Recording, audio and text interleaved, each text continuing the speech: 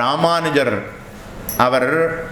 அவரை ஒரு ராஜா பிடிச்சுண்டு போய் அவரிடத்துல இருந்து சிவாத்து பரதரம் நாஸ்தி அப்படின்னு எழுதி கையெழுத்து வாங்கணும் அப்படின்னு வந்தான். அதை ராமானுஜர் முன்னமே அறிந்து ராமானுஜரை அந்த ஆபத்தில் இருந்து விலக்கினார். ராமானுஜருக்காக தன்னுடைய கண்ணை பறித்து கொடுத்தார்.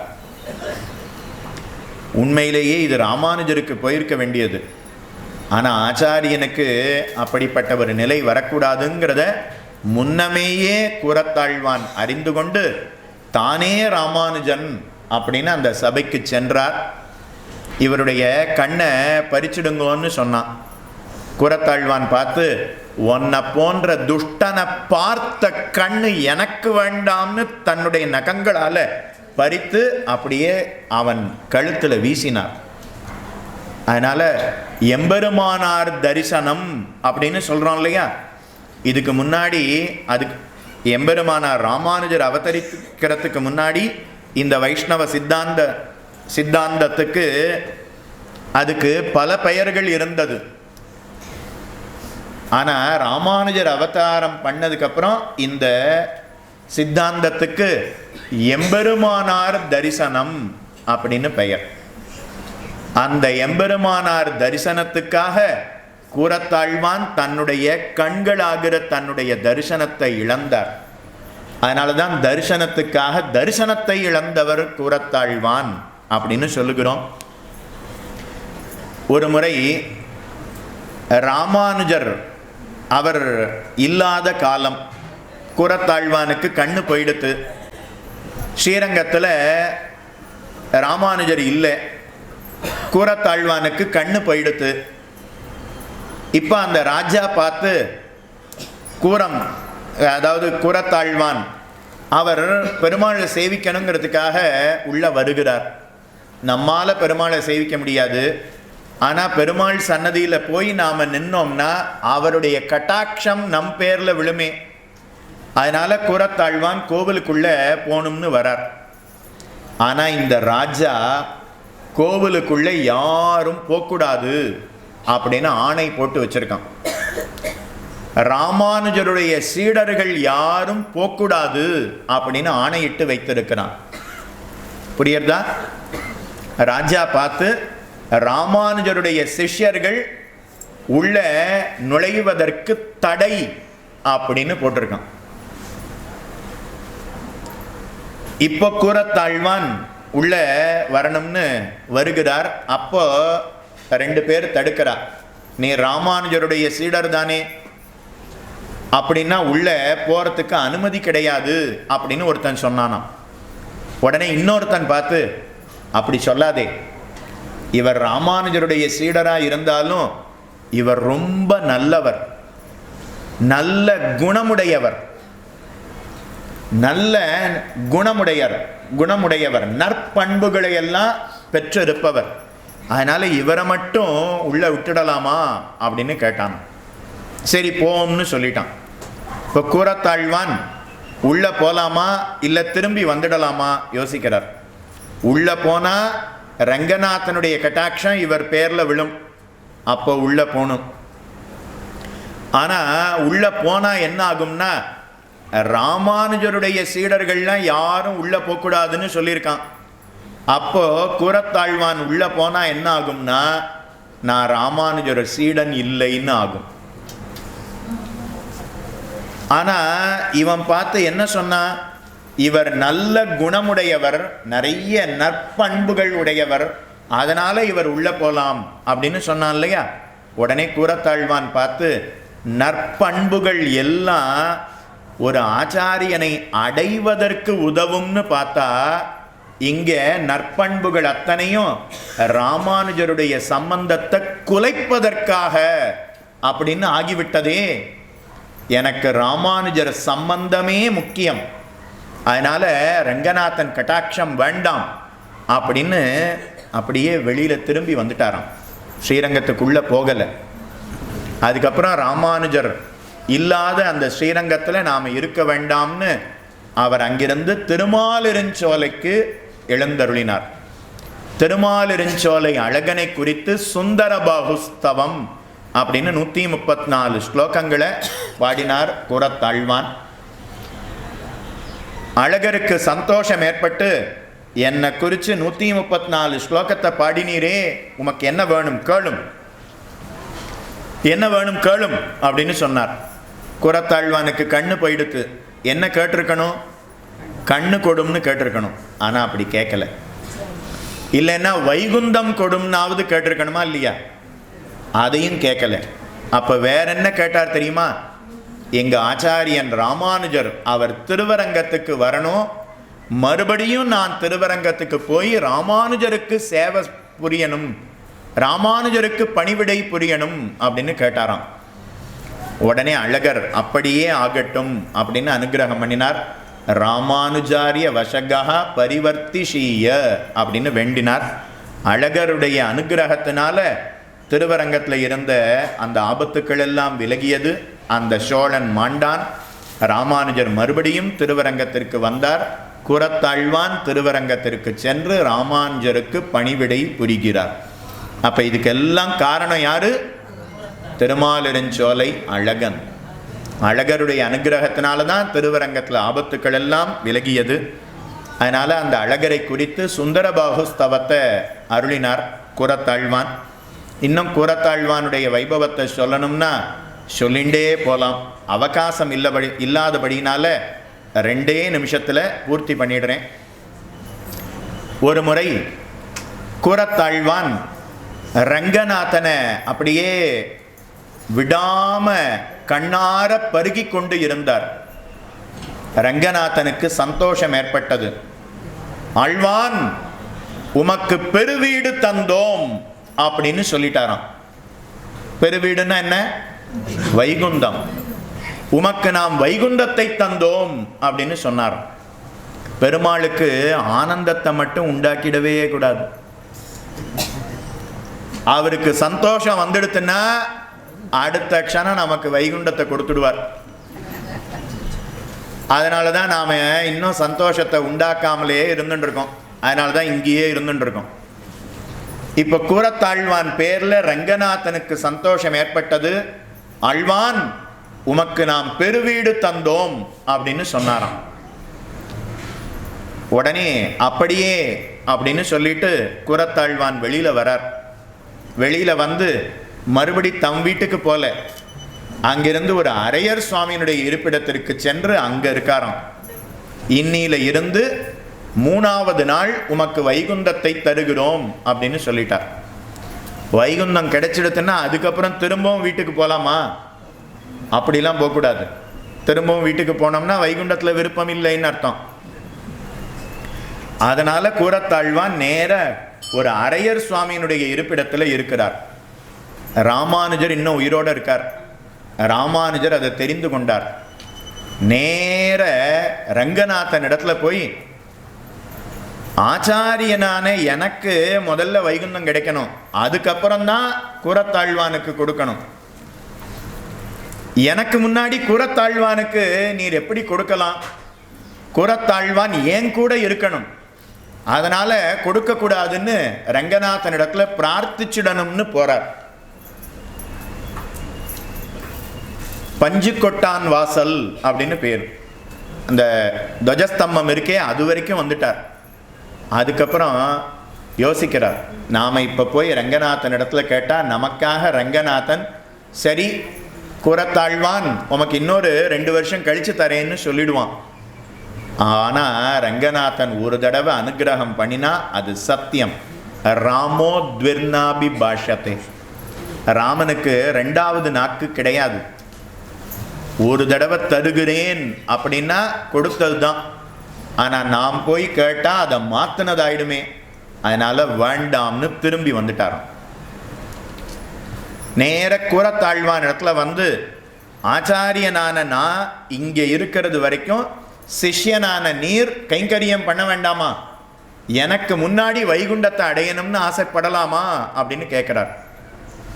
ஆச்சாரியன் இந்த பூவுலகத்தில் இருக்கும் கடைசி நாள் வரைக்கும் நாம் அவருக்கு தொண்டு புரியணும், கைங்கரியம் பண்ணணும். அதுதான் சிஷ்யர்களுடைய காரியம். அப்போ ஆச்சாரியன் இங்கே இருக்கிறது வரைக்கும் கைங்கரியம் பண்ணிட்டு அப்புறம்தானே வைகுண்டத்துக்கு வரணும். ஆனால் எனக்கு முன்னாடி நீர் வைகுண்டத்துக்கு போகலாமா அப்படின்னு கேட்டாராம். உடனே கூரத்தாழ்வான் தெரிவிக்கிறார், தஸ்மை நமோ முனிவராய பராசராய ஆளவந்தார் ஸ்தோத்திர ரத்னத்தை அருளி செய்கிறார்.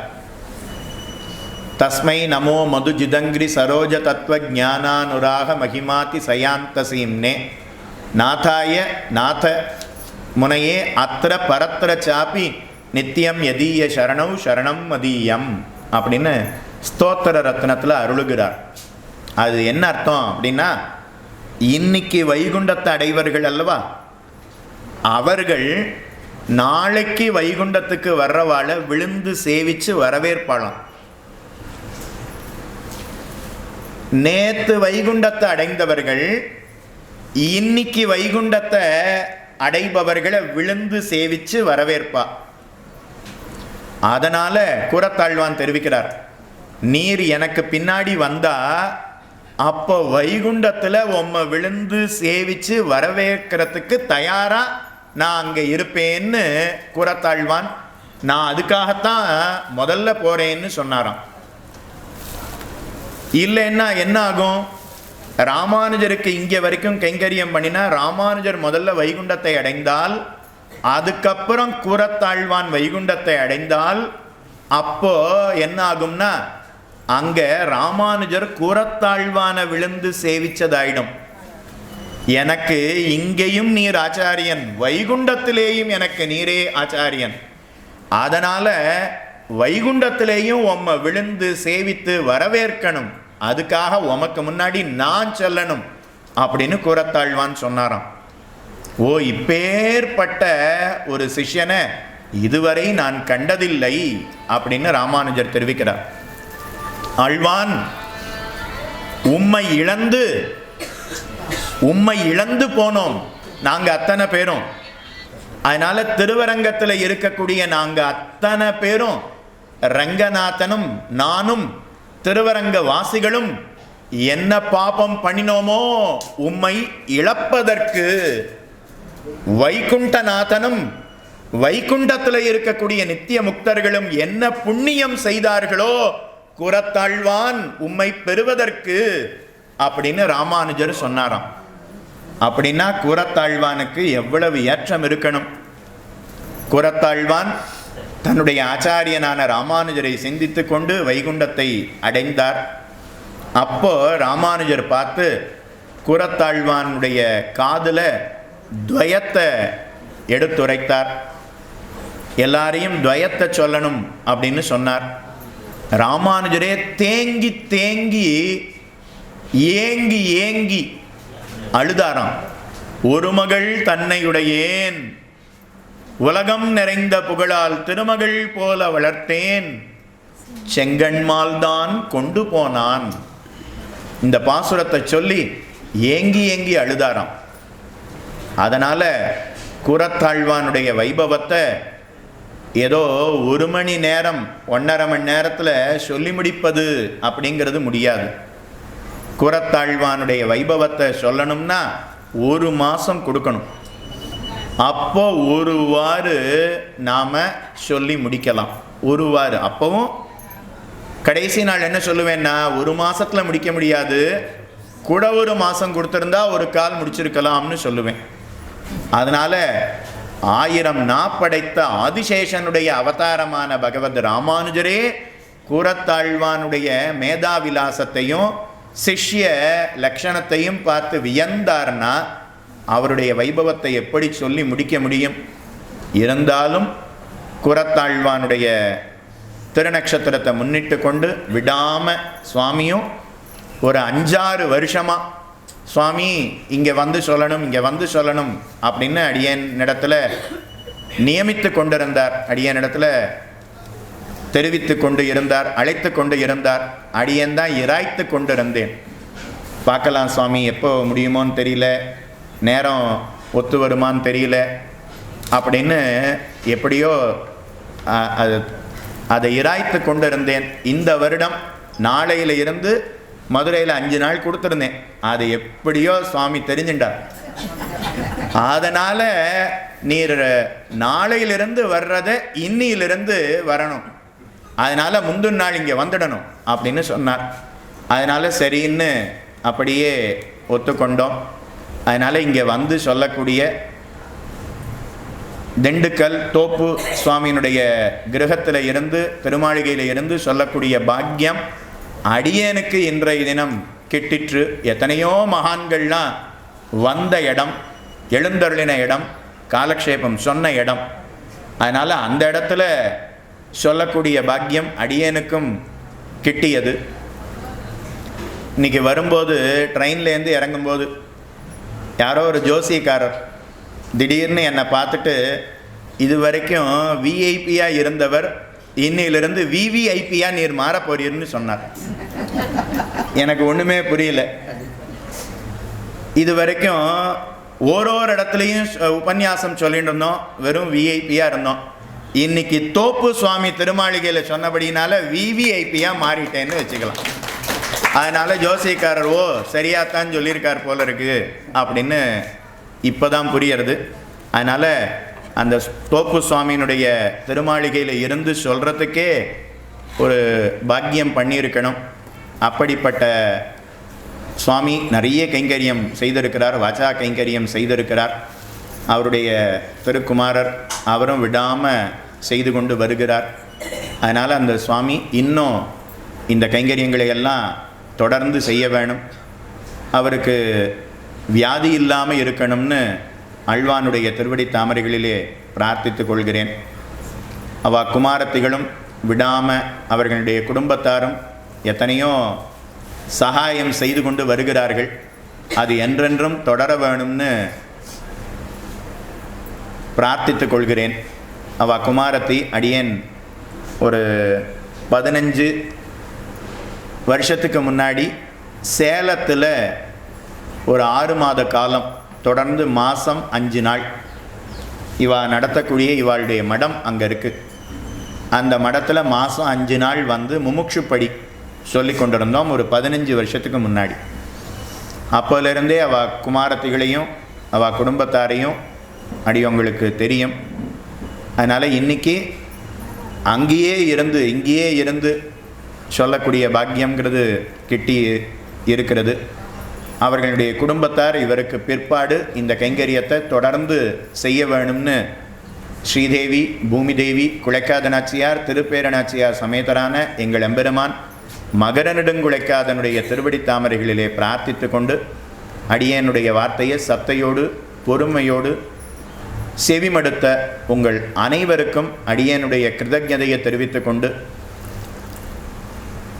வந்திருக்கக்கூடிய உங்கள் அனைவருக்கும் கூறத்தாழ்வானுடைய அனுகிரகத்தினால ஞானம் வளர வேணும், பக்தி வளர வேணும், வைராக்கியம் உண்டாக வேணும், மேலே மேலே செல்வம் பெருகணும்.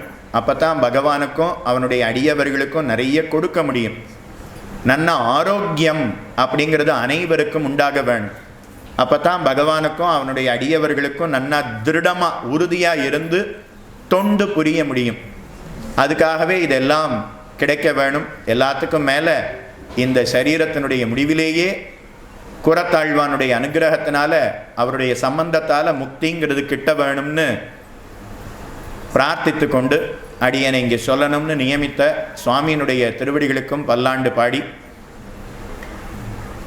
இவ்வளவு நேரம் அடியனுடைய வார்த்தையை பொறுமையோடு கேட்டுக்கொண்டிருந்த ஜிஎஸ் சுவாமிக்கும் அடியனுடைய கிருதஜதையை தெரிவித்து கொண்டு, ஏன்னா சுவாமி நேபாளத்தில் எழுந்தருளி இருந்தவர்.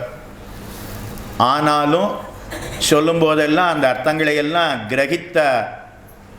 கிரகித்ததை அப்படியே வெளியில் காட்டினார், தலையாட்டினார். இந்த அர்த்தம் சொல்கிறது புரியறதுங்கிறது ஒரு அர்த்தம், சரியாத்தான் சொல்கிறாருன்னு அனுகிரகம் செய்வது அப்படிங்கிறது நான் அப்படி நினச்சிக்க மாட்டேன். அனுகிரகம் பண்ணுறாருன்னு தான் எடுத்துக்கொள்ளணும். அதனால் அவருக்கும் அடியனுடைய கிருதஜதையை தெரிவித்து கொண்டு அடியோமோடும் நின்னோடும் பிரிவின்னு இருக்க வேண்டும் என்று சொல்லி இத்தோடு அமைகிறேன். க்ஷமிக்க பிரார்த்திக்கிறேன். கூறத்தாழ்வான் திருவடிகளே சரணம். தென்பேரை வாசவர்க்கு நித்ய ஜெய மங்களம். நிகரில் மோகில் வண்ணனுக்கு கண்ணனுக்கு மங்களம். தென்பேரை வாசவர்க்கு நித்ய ஜெய மங்களம். சமகான லோலருக்கு சத்வகுண சீலருக்கு பொங்கும் புகழ் பேரையர்க்கு பூர்ணமாய மாணவர்க்கு நங்கை தேரோ பெரையர்க்கும் நாதன் கோழை காதருக்கும் உன்னதமாய் அன்னதானம் பண்ணின வேதியர்க்கும் மங்களம். திருப்பேரை நேசருக்கு மங்களம். மார்பில் பதக்கம் துலங்க மகர குண்டலம் அசைய மங்கை தீரு பேரையுடன் பொங்கியே மனமகிழ்ந்து தஞ்சமென்று பணிந்தோரை அஞ்சில் என்று காப்பவர்க்கு வாசமலர் பெறை வாழும் வர்ணம் தோழு மாயவர்க்கு மங்களம். திருப்பேரை நேசருக்கு மங்களம்.